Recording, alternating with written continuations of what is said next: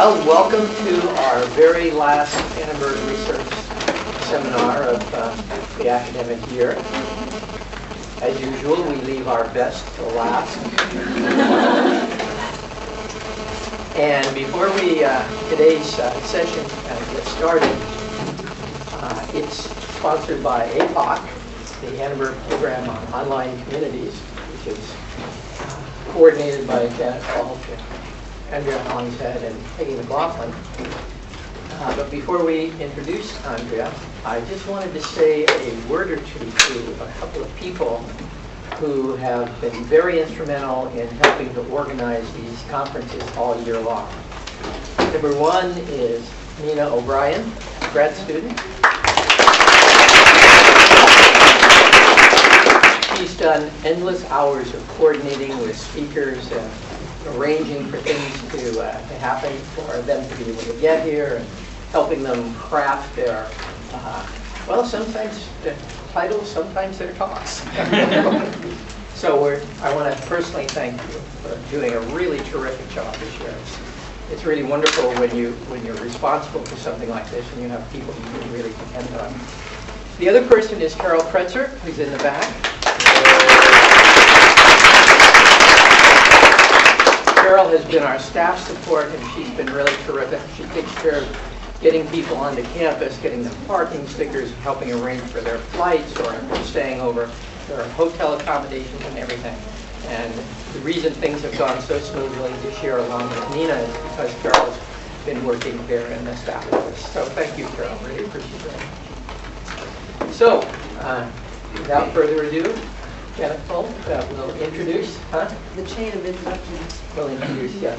In the spirit of Peter's thanks, I want to thank Helen Long, who has been the coordinator for the 6 Annenberg APOC speakers.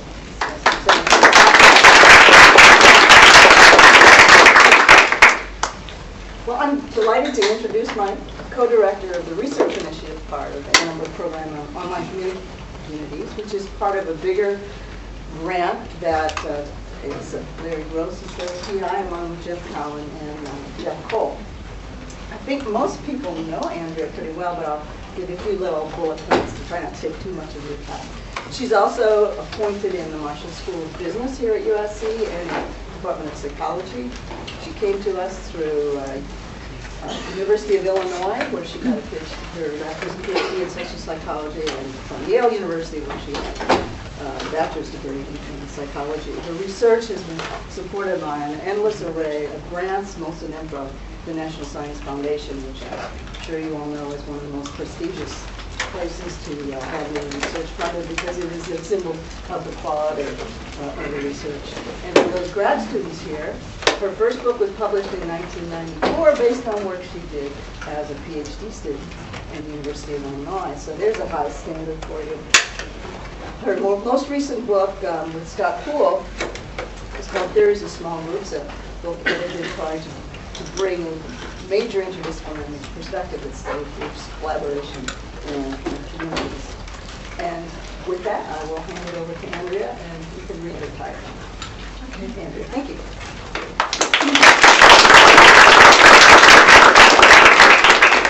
Thanks, Janet, and thank you all for coming. It's so great to see so many of you from around campus.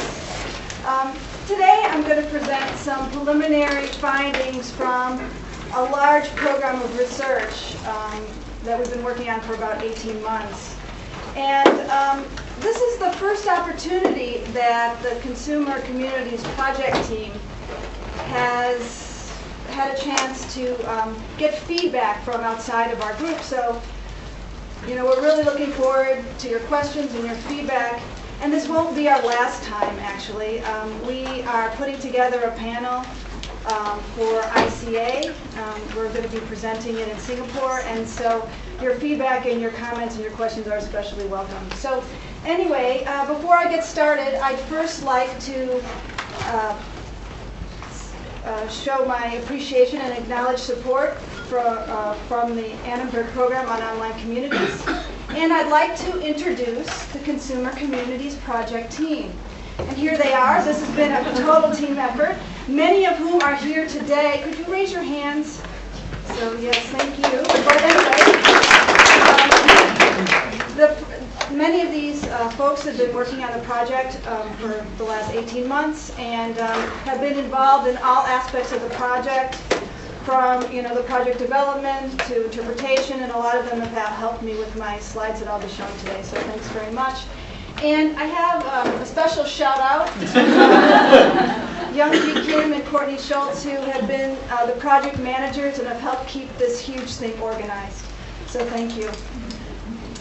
Okay, so what I'd like to do to start is to talk about what online consumer communities are. And here's the definition, and it's drawing from a number of definitions from related concepts and terms, from community, online community, and brand community. And we define online consumer community as a collection of individuals who come together in an online space to interact about brands, products, and or services. So as you can see, this is a pretty broad definition, and for good reason, because we're trying to understand this space. Now, although people are coming together in a common place, they may or may not have a common purpose, they may or may not have a shared identity, they may or may not have close interpersonal bonds, and they may be talking about more than one brand, and this is why we call it a consumer community. However, today I'll be talking also about consumer communities that focus on one brand, and I'll be calling those online brand communities. So what I'd like to do is show you some examples of online consumer communities.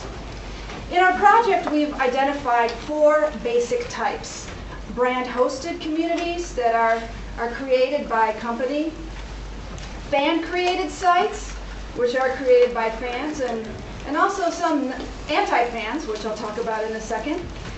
These communities also exist on social networking sites such as YouTube, MySpace, Facebook, and Twitter. And they're also hosted by other third parties, and particularly with regard to multiple brands. So here are some examples of brand-hosted communities. This is on the Avon website, and this is a product review community where people post their reviews of different Avon products, and they also have an opportunity to purchase them as well. Here is a discussion group that is on the Apple website, and it's a forum where consumers talk about products, and such as the iPhone 3GS. And as you can see here, there's also an opportunity for people to find out who are the top users in the forum as well. So there's reputation and status built into this as well. Here's one from Disney on Disney.com, and this is an opportunity for people to create pictures and to share them with others. You can see here. And this is one that I find is very interesting. Even Kleenex has a consumer community, an online brand community. And this is around emotions. So as you can see, people share their stories. Here's a story about summertime memories. And people in the community can give a tissue to people who, they like the story or are sad or whatever. So I kind of am surprised that they didn't say give a Kleenex, given that this is a Kleenex. So that would be my suggestion, but anyway. So I would like to also give some examples of fan-created communities. And here's one. This is IKEA Fans. This is a very popular community. This was created by Susan and James from a small town in the United States. They didn't have enough information about IKEA when they but decided that they wanted to learn more and to share their knowledge with everyone. It's quite popular now. This is iHateDell.net. So, not only do people who love brands create communities, but also people who hate the brand. And so this is a forum for employees and customers to voice their opinions about problems associated with Dell. And here are the complaints, and of course here are some artwork that is inspired by their hate for the brand. Also, these communities exist on social networking sites. Here's one for Harley Davidson on Facebook. This is the Amazon MP3 site where this is the official feed where they share information about new releases and prices. This is a video sharing consumer community from Nestle, sharing videos about Nesquik on YouTube. And here is a BlackBerry site on MySpace. So, as you can see, these communities exist on social networking sites. And I'd also like to give some examples of third-party hosted communities. This is one on digital photography. And as you can see, this is huge. This is where people share information about different cameras. So this has to do with multiple brands, and this is an opportunity for people to compare and contrast across brands. As you can see, some of these have, up to 2 million messages, so quite popular. This is Yelp, Yelp.com, and this is a popular review site for local restaurants and businesses. As you can see, there's a social networking component here, where people have pictures and how many reviews and friends they have and their first names. And this one is pretty interesting. This is a new one called My Brands, and this is an opportunity for people to talk about the different brands that they like. This is a very new one. It's in its beta version, and they can do things like compare Ronald McDonald's to the Burger King. What's his name? Burger King. Okay. And this is very interesting. I mean, I haven't quite figured this one out yet.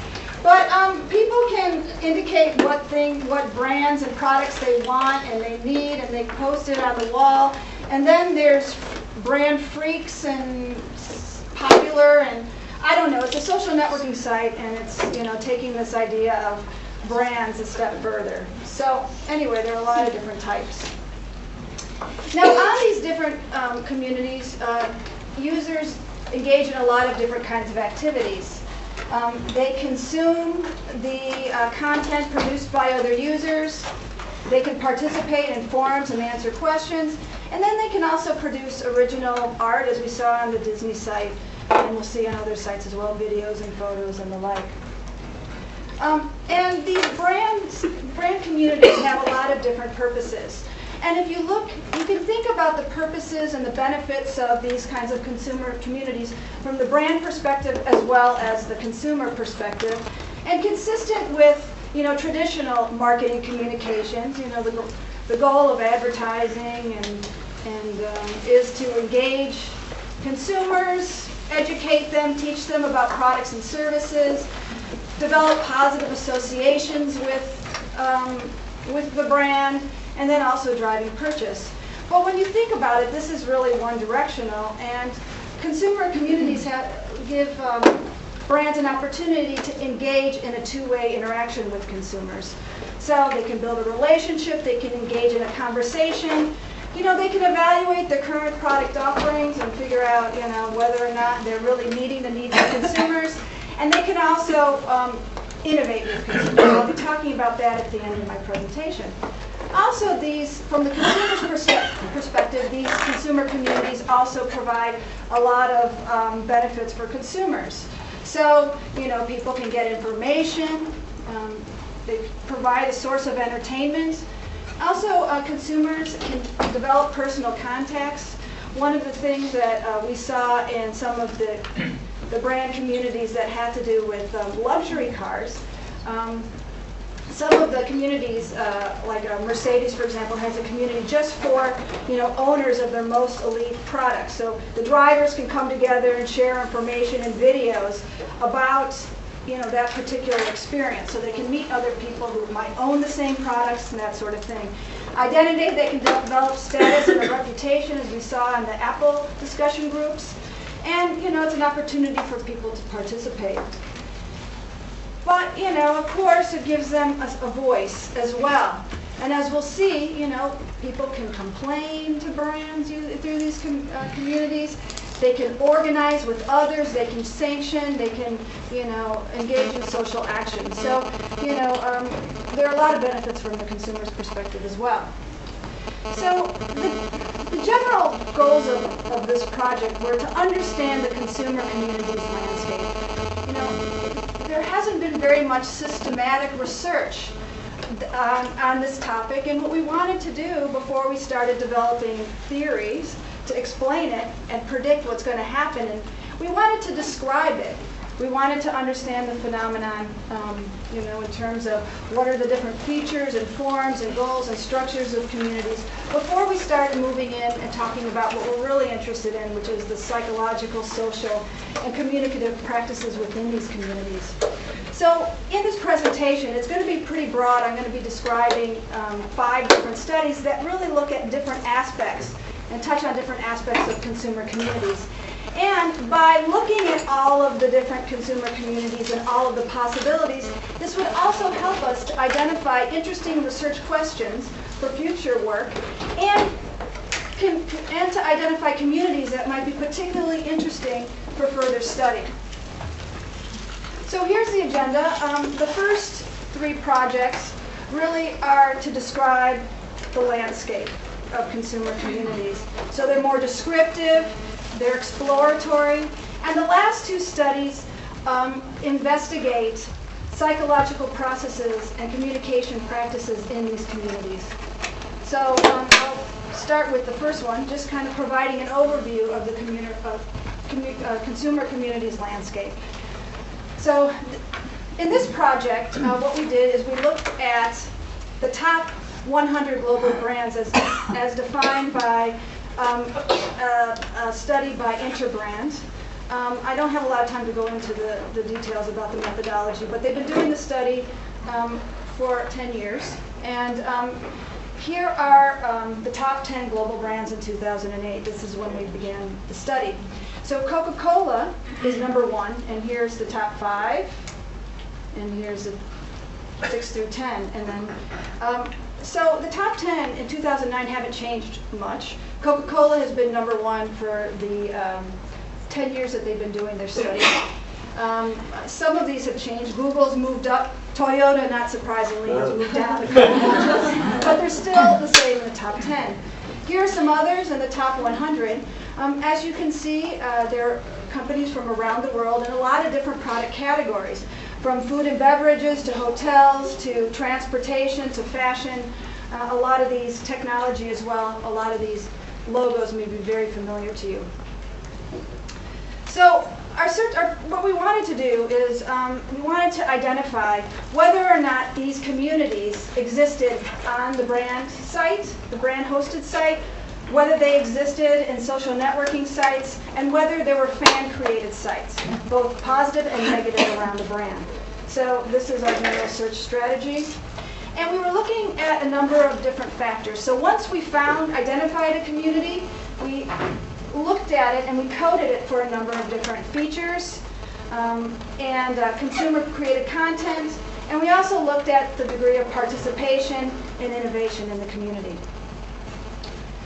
We had a very rigorous coding process. I won't go through the details, but really what we did is we developed it together, and then we all coded together until we felt that there was a high degree of reliability, divided it up, and then into pairs who coded each community, and then they came together and resolved disagreements. After we were done, we had an independent coder go through and randomly select a set and recode. So we're pretty, the final reliability was about 95%, which was pretty high. So it's quite rigorous. So here's the timeline. We began coding in February of 2009 with the brand-hosted sites. Then we moved on to the social networking sites, then the fan-created sites, and now we are doing a study of Facebook brand hate groups, which I'm going to be talking about our preliminary findings in a couple of minutes, but we're still working on that. So, but it's very interesting, very interesting. Okay, so here are some findings.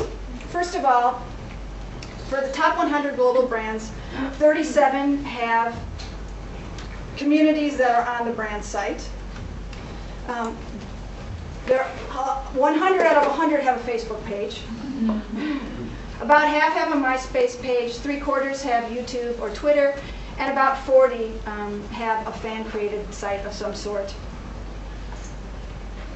In terms of the kinds of communities, we saw a range of different types, from transaction-based communities such as Amazon or eBay that support commerce, to product reviews, Avon and Canon, help and technical support, technology brands such as Apple and Caterpillar. We also saw sharing of stories and opinions, as on the Kleenex site or the MTV Think site, and there was also places where people could actually create things, as we saw on the Disney site.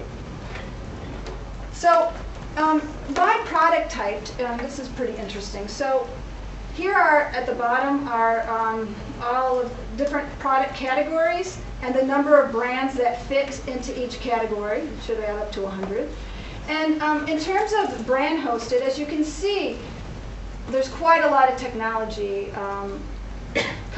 technology brands that have a brand hosted site. No fashion. And we see with the social networking, this is for social networking of all. So this had all four, this had communities on all four social networking sites, the key ones: Facebook, MySpace, Twitter, and YouTube. And then here were the fan created. And as you can see here, you know, the technology brands really have a lot of community presence. Autos do too, as you can see here. Okay. So, you know, coming up with a measure of success of communities is difficult for a lot of reasons. There are a lot of, you know, explanations why, you know, a lot of different measures, there are a lot of problems with them. And so this is very rough, and but it's interesting nonetheless. So this is from Alexa.com, which measures website traffic. And what we did for the top, for brands 1 through 25, 26 through 50, 51 through 75, and 76 to 100, is we looked at the amount of traffic there was on the brand, and whether they had a community or no community. And as you can see here, this actually, the traffic rank is, you know, number 1, it means that there's more traffic. So the lower you go, the less traffic there is. And as you can see here, we see an upward slope for community presence, that there tends to be more website traffic if there is a community on the site than if there isn't. And you see, particularly with regard to the brands in the bottom half, that there seems to be a lot more traffic when you have a community on the site. So here are a couple insights from the first project. First of all, that seems like social networking communities are the most common for brand communities, that technology brands are more likely to have companies, and community presence appears to be positively associated with site traffic, but I say this tentatively. There's some problems with you know, that measure. I understand. So, okay. So the next project I'd like to talk about looks at interactivity and brand-hosted community participation. So as we talked about earlier in the examples, you can see that there's a lot of different kinds of features that appear on these consumer communities. And also there is a varying amount of constraints that the community puts on communication between members. So what we wanted to do is investigate how the level of interactivity, we wanted to create a measure of interactivity on the sites and look at how that affected community participation. So that's what I just said. So it's important to note that interactivity is an attribute of the technology and not the users itself. And so it's interesting to think about interactivity as embedded in the features that support user to content created by others, and also user-to-user interaction. And there are many features on these sites that support user content or user-user interaction. Here are some here, you know, from discussion forums to tagging to reviews to polls to video sharing to suggestions.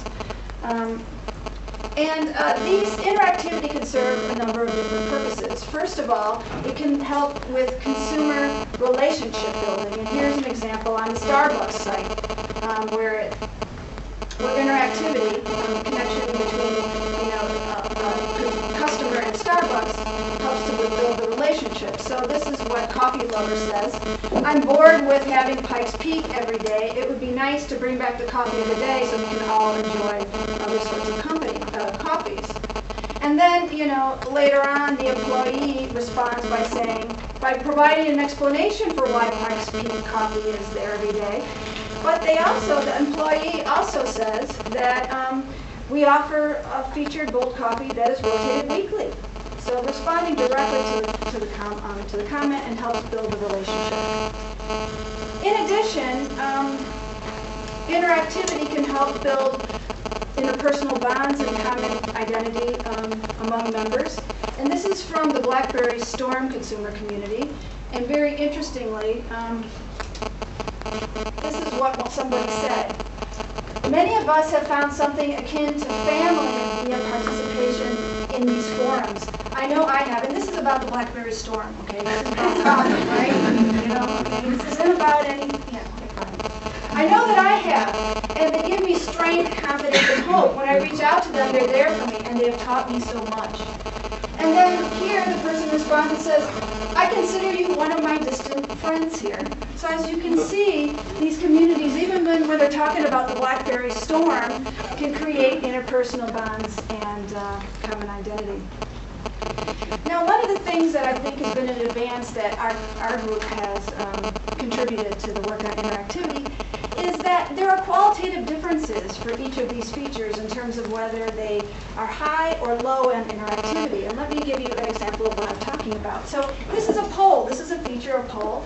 And this just presents the results from a survey. So in a sense, people can find out what other people are thinking about what is your primary computer. However, there's no opportunity to respond or reply or ask questions. This is a low interactivity example of a poll, and this is a high interactivity example of a poll.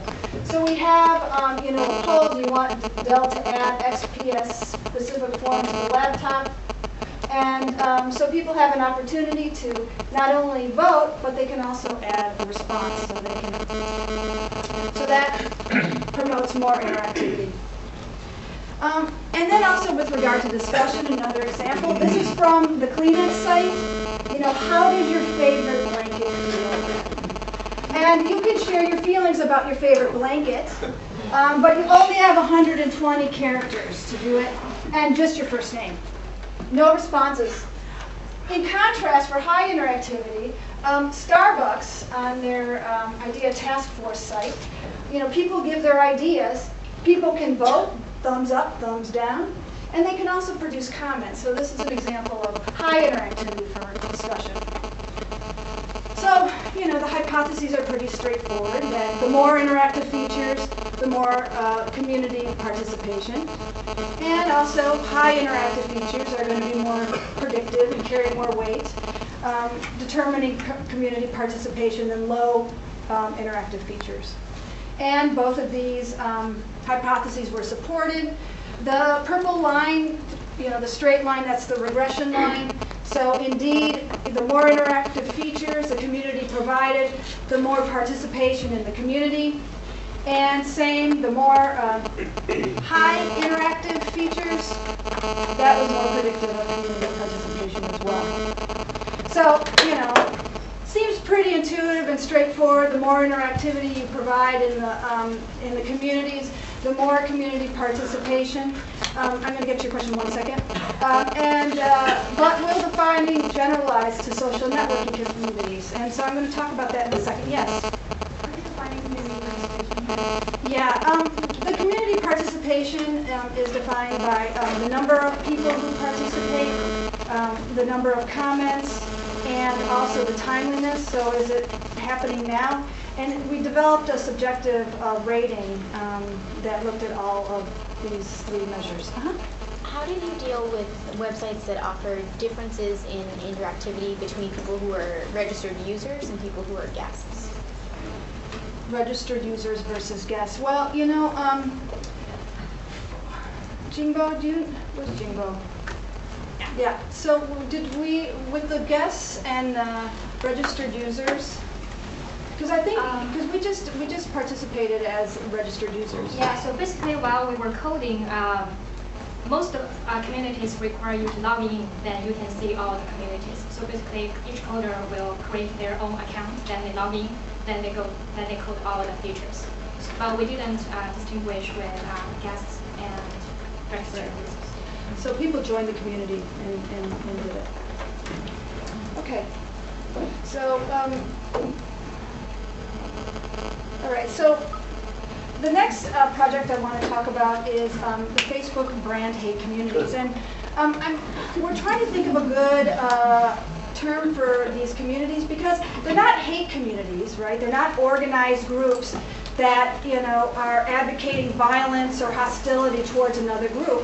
And in fact, some can have very pro-social goals. So for example, this is one of the most popular brand hate communities, and this is the cruelty.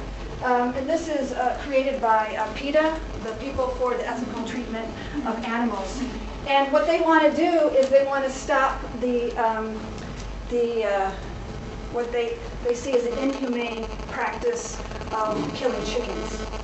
So that's an example there. So these communities have a lot of different purposes, and they're not really to show hatred towards another group. This is from the BlackBerry. One of the things that we're interested in this project is looking at all the creative art and videos that are produced on these sites. And I have some good ones later to show you. But these kinds of communities inspire a lot of creativity. So one of the things, these are the questions. We wanted to see how prominent these communities were, how active they were on Facebook, what are their primary motivations, and how do people communicate their sentiments against the brand. So there were some examples of photos I just showed you, but there are also videos and discussions. And so some of the research that we're referring to in this project is work on protest framing and collective action. And so here are some findings. First of all, here's the community presence just by fan-created sites. And as you can see, there aren't really that many fan-created sites, though technology has quite a few. I guess about 25% are fan-created sites. We saw I Hate Dell earlier, .net. And then on the Facebook groups, as you can see, there's quite a lot of Facebook hate groups as well, and high numbers. And so you can see probably most of the tech companies, almost all of them, have an example of a brand hate group, or we call it brand hate, not a hate group, a brand hate group on Facebook. So this is just to show you, and we coded fan pages, as I mentioned. This is preliminary findings, so we still have a lot to do. So these are, we coded the top 10 brands for the brand hate pages as well as the fan pages. And as you can see right away, the number of fans on the top 10 brand fan pages are higher, but one of the reasons is that these are created officially by the brand, and so the brand drives a lot of traffic through advertising and other means to the Facebook page. So it's not surprising that these are high. As you can see, the number of brands with hate pages is 57. These are created by people, obviously people who are not formally associated with the brand, at least, not officially. Perhaps a disgruntled employee might, but we don't know for sure. And the highest is BlackBerry with 102 fans. So a little bit more, as you can see here, most of these brands have multiple hate pages, not just one. And if you look at the rank of the brand, Coca-Cola, of course, has a lot. And also, we also have some that are, lower down the list. So I just want to show one other thing here. I have highlighted that 4 of the brands are in common. So Coca-Cola has a lot of fans on its pages, as well as negative as well. So there is 4 of the brands are listed on both the brand fan and the brand hate list for the top 10. Okay, so let me just show you these. This is that not eating at McDonald's site, just to give you an idea of what these pages have. This is the one that was created by PETA. So here it's interesting because a lot of the discussion is not just about not eating at McDonald's, but it's about being a vegetarian and not eating meat in general. This one is kind of funny. This is a I Hate Blackberry. There are a lot of I Hate Blackberry sites. And it's interesting because we have someone from Thailand saying, you know, I don't like it when people who have Blackberries in Thailand talk about with their friends and chat with their friends the whole time. And they're with their friends, what a desperation. And then, you know, people are complaining about the product, constant errors, the applications for my computer are counterintuitive and retarded, last straw, blah, blah, blah. Okay, and so you can see here it's very interesting that the information founded, we all hate BlackBerry and all people who use it.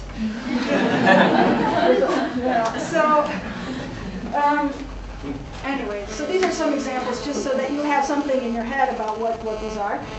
So in terms of motivation, the top 10 brand hate pages, a lot of it, it's product related, you know, and product related can have to do with how they produce the product, you know, the methods they use as well as the product functionality.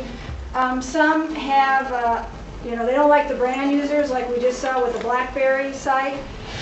Some MTV, negative cultural influence in Disney, complaints about that, and then social activism as we saw in the PETA site. And as we saw with the BlackBerry, the brands could have multiple motivations, so it wasn't just limited to one. In terms of communication, what's happening on the top 10 brand page sites, the coders look through the first several pages of the walls, and you know, we saw a lot of venting, you know, people just complaining. But they also shared stories and news about the brand, called for action and stating goals and solidarity. So, you know, there was an organization component as well on these sites. In terms of features, and this gets back to the issue of interactivity, as you can see, you know, people are coming to these sites to talk. They're not really coming to these sites to play games and do other things. And one of the things that's interesting when you think about the findings I presented before about the brand-hosted sites, that the brands are presenting a lot of features to get people to go to them. Here, Facebook, the people are already there, they're coming to talk. And as you can see, you know, the features in the brand hate pages are wall, forum, and photo sharing. And, you know, we probably won't see the same kind of effects for the social networking sites. And here is some photos and videos to leave you with. You know, this is so funny to me. This is from a Kellogg's page, and it's a boycott Kellogg's because the people on the site are angry at Kellogg's for getting rid of Michael Phelps as a spokesperson when he was caught, you know, with a photograph, you know, smoking a bong. So here, you know, we have Guido and bongs are great, you know, on the site. And then, you know, Max sucks with the Apple core. This is interesting too because this is actually a double slam. When you look at gang graffiti, one of the ways that you show you know, disrespect for a rival gang is to invert their symbol. We see that here. And this is for McCruelty, but this one is my very favorite so far. This is the McDonald's symbol saying, ew. Isn't that funny? That's my favorite. Okay, so anyway. All right. So related to this issue of you know, bad behavior by companies that people are responding to, Scott Sanders and I are working on a project on something called astroturfing. And this is when companies try to disguise their ad campaigns or political campaigns or their PR campaigns as grassroots movements. And here is a great you know, cartoon that illustrates this. Oil companies organize rallies against government attempts to regulate CO2 emissions. They're all wearing, you know, oil company shirts. What do we want? Droughts, floods, heat waves, and mass extinctions. When do we want them now? So anyway, this is, you know, an example of astroturfing. But we're gonna what inspired us for the study too was Scott came across this example, real life example of astroturfing from the Honda Accord Cross Tour. The first pictures of this new design of the car were posted on the Facebook page in September of 2009. And this is actually the original screenshot of the community. Now, it's not there anymore. But so here, you know, people immediately don't like it. They don't like it at all. And in fact, I think overall, about 84% of the people said that they didn't like it. But this is how it started. This car sucks, it's hideous, and I don't plan to take it for a test drive. I think Honda is straying from their core competencies with this vehicle and giving into trends and fads. I hate the thing. Has to be the ugliest car of 2009. Ugliest in a decade. I never thought I'd see the day when Honda became so uninspired. Here's Eddie Smith. Interesting design. I would get this car in a heartbeat. I may be the older crowd with my kids out of the house, but I still need some space and performance. Don't need anything big. And then we have, this seems to be a poorly designed vehicle. And then Eddie, maybe you like it because you're the manager of product planning at Honda. Okay, so one thing that's very interesting about this is that, you know, there are, in October of 2009, there's legislation for, you know, bloggers to disclose if they're getting any products or money from the companies that they're blogging about. But this is difficult to detect and enforce. So anyway, we were very interested in this situation, and we created a study that looks at this phenomenon. And what we were interested in was when will people perceive astroturfing to occur? So do people get angry about this kind of thing? Do they see it as astroturfing? That's what I saw it as, but you know, maybe people might not in the Facebook environment. And how do they respond? So when do people identify something as astroturfing? And when they do, how do they respond against the brand? So there's a lot of research that looks into related concepts here. But what we did is we took the original community content and we changed it a little bit. What we did was we changed whether the comments in the community were consistent or inconsistent with the brand agent. So here, you know, as in the original, you know, the community hates it, the brand agent loves it, you know, and we also changed it so that the brand community loved it and then the agent loved it. And then we varied whether or not the brand agent was identified or not as being the brand agent.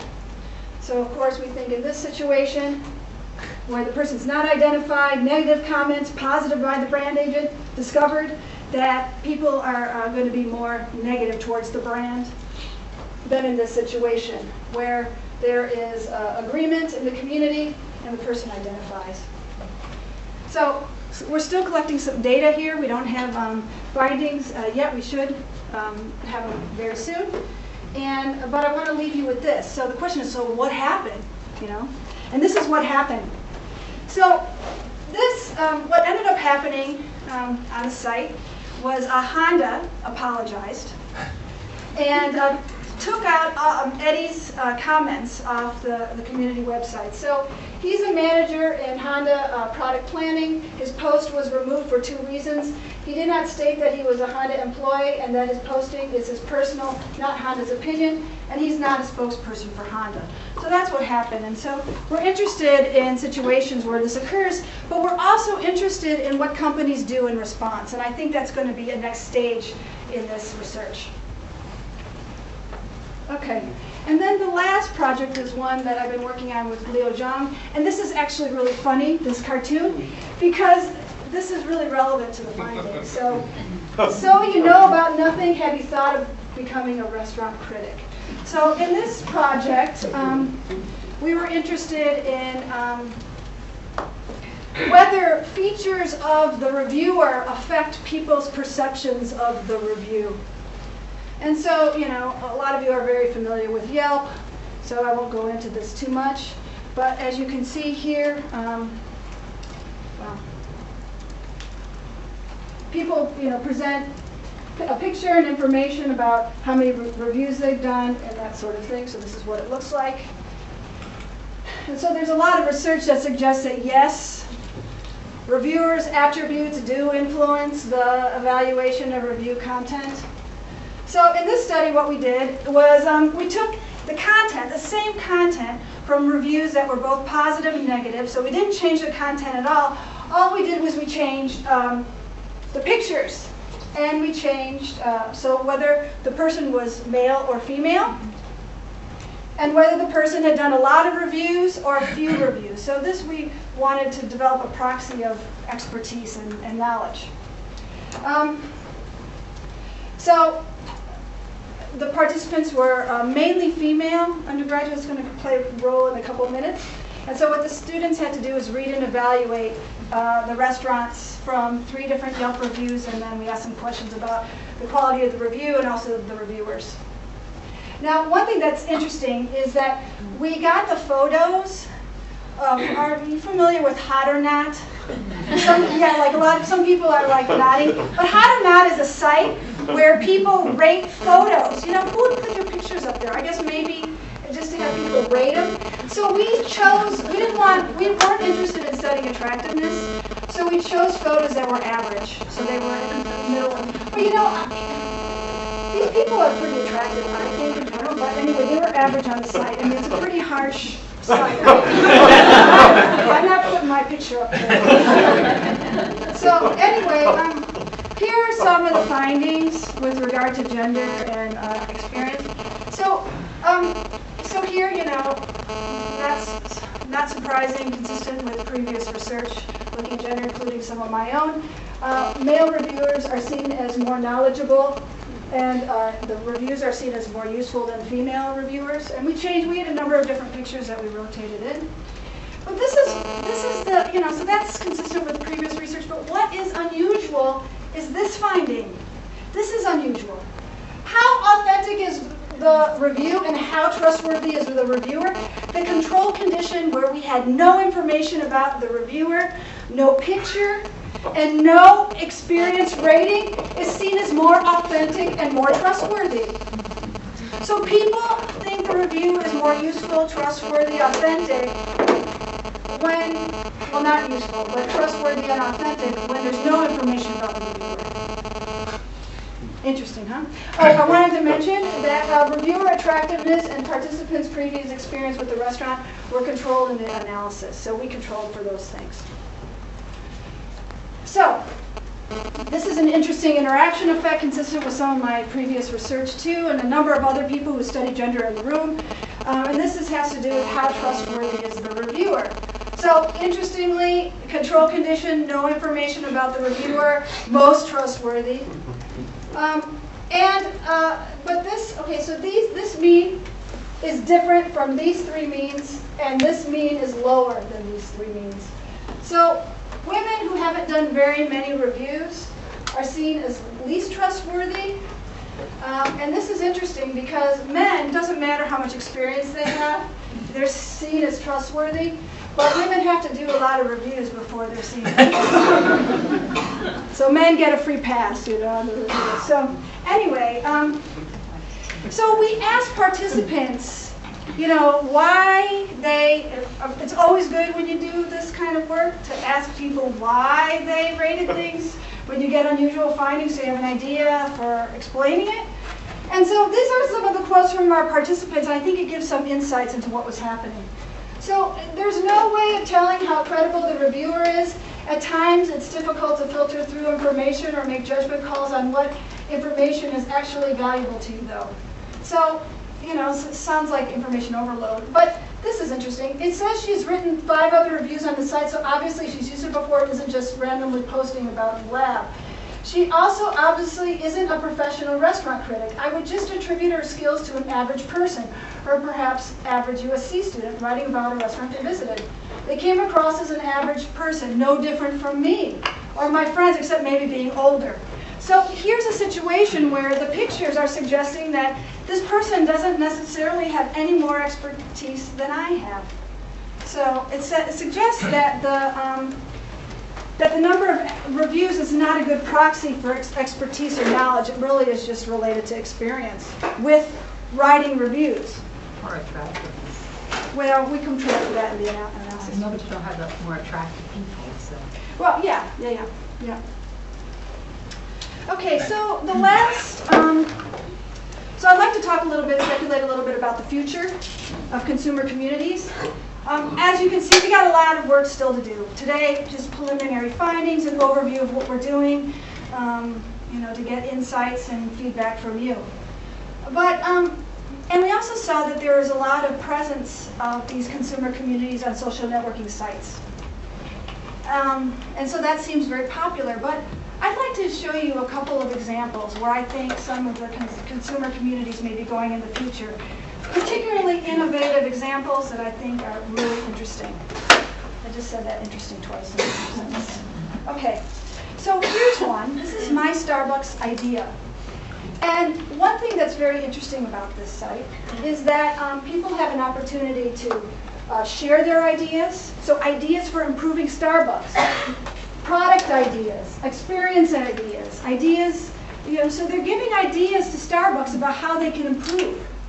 And people are voting on those ideas, they're discussing them, and then Starbucks is showing the community how it's changing. So in a sense, there's a co-creation process here.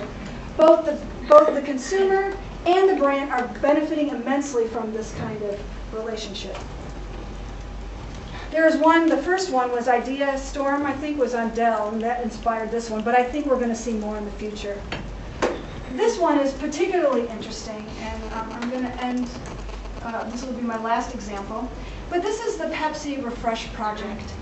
And what Pepsi decided to do last year, well actually this year, is it decided instead of spending $3 million on multiple per 30-second spot in the Super Bowl, they took all of the money. They're usually a huge Super Bowl advertiser. They took all the money and they decided to invest it in the Pepsi Refresh project, where people could develop proposals for charity and for community services and other sorts of things, and other people could vote on them. So in a sense, this is an example of cause-related marketing.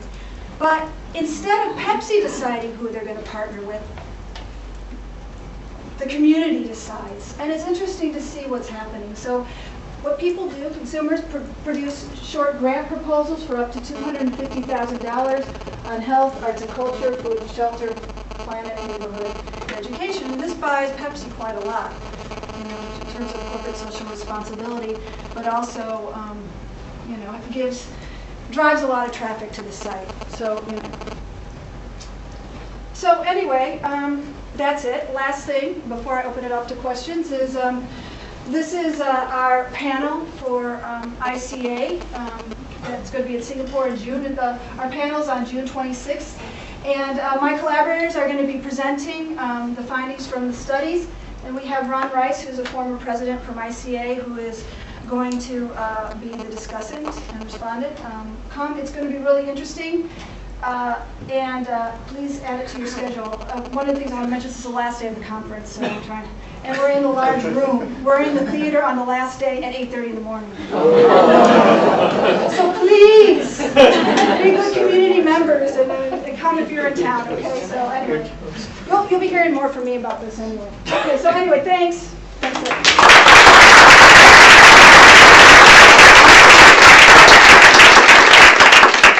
We have time for a few questions. Yeah, Sarah. Thanks, Andrea. That was great. I have a question about community membership, brand community membership. It seems like a lot of the community, your case studies kind of revolved around an issue of trust, whether or not you can trust other members of the community, including, the shocking finding at the end that men are more trustworthy than women when it comes to restaurant reviews. But also the astroturf example, which is kind of particularly interesting to me. That it's about a kind of betrayal of trust. So Honda felt compelled to apologize to the brand community.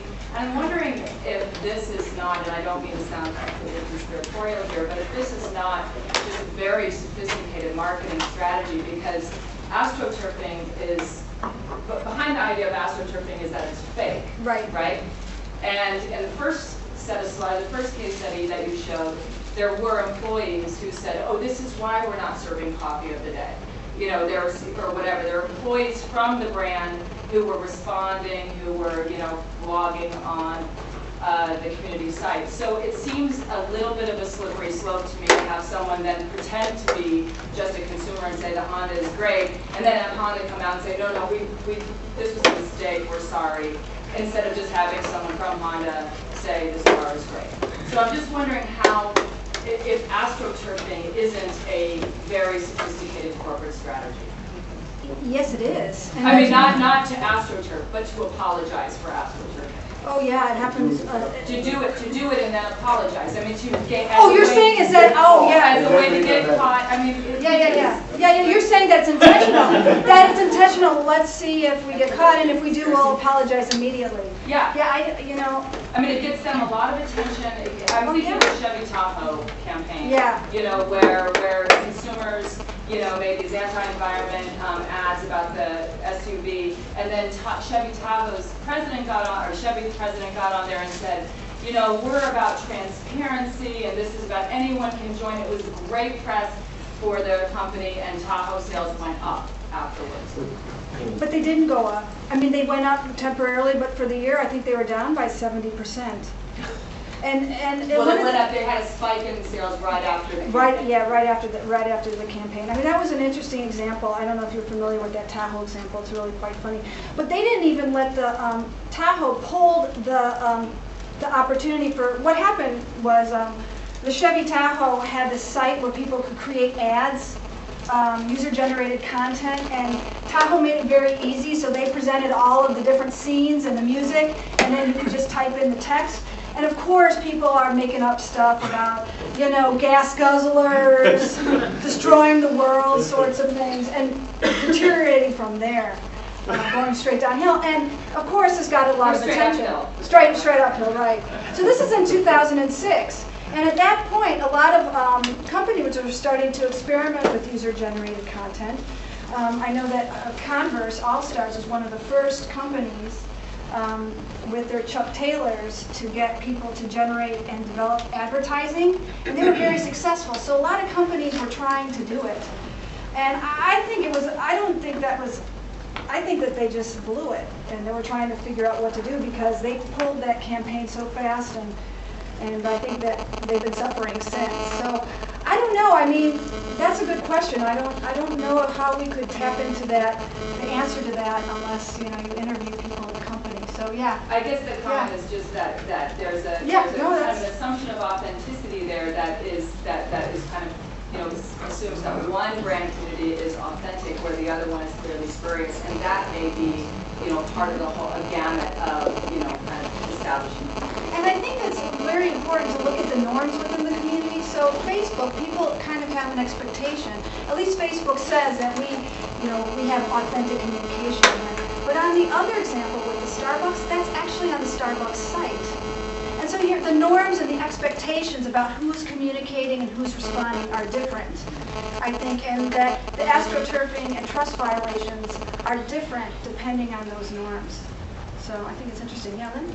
I thought that, this is a different thing completely, but for the Kleenex ads, I thought that was really quite interesting because to me, I know you said, well, maybe they should use the name Kleenex, but I was thinking maybe that's intentionally not using the name Kleenex because if part of what their plan is, and I was wondering if this was the case, if part of what their plan is just to say, well, when you're having these emotional experiences, we're there for you, kind of a thing. It's almost like an attachment thing, and I'm there with the Kleenex or the blanket or whatever. But, and I wondered whether or not they would think that it would actually cut into that message to actually use the brand name. There's a different reason for that. Kleenex, like Xerox and some other companies, has been fighting for years over intellectual property issues. So from the point of view of the company, you shouldn't say Kleenex when you mean a tissue.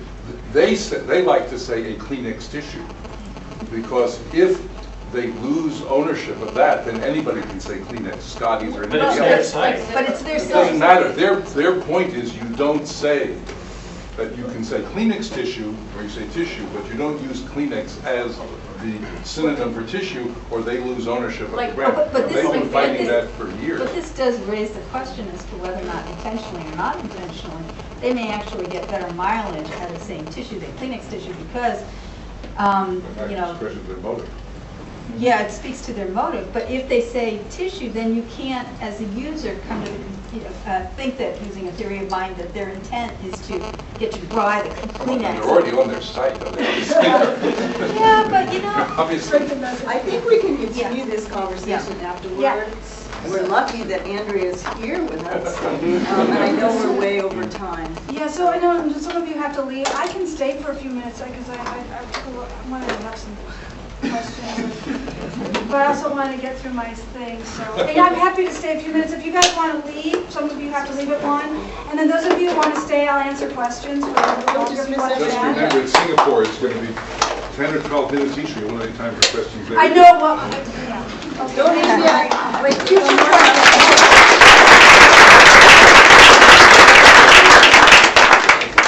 I wanted to mention that if any of you have suggestions for speakers for next year, if you would send an email to me or to Larry, we'd be more than happy to get those.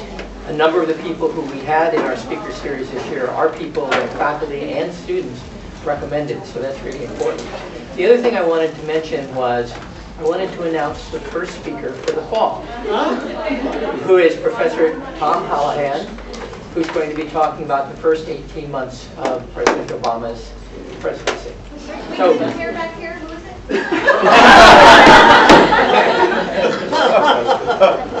Professor Tom Hollingshead.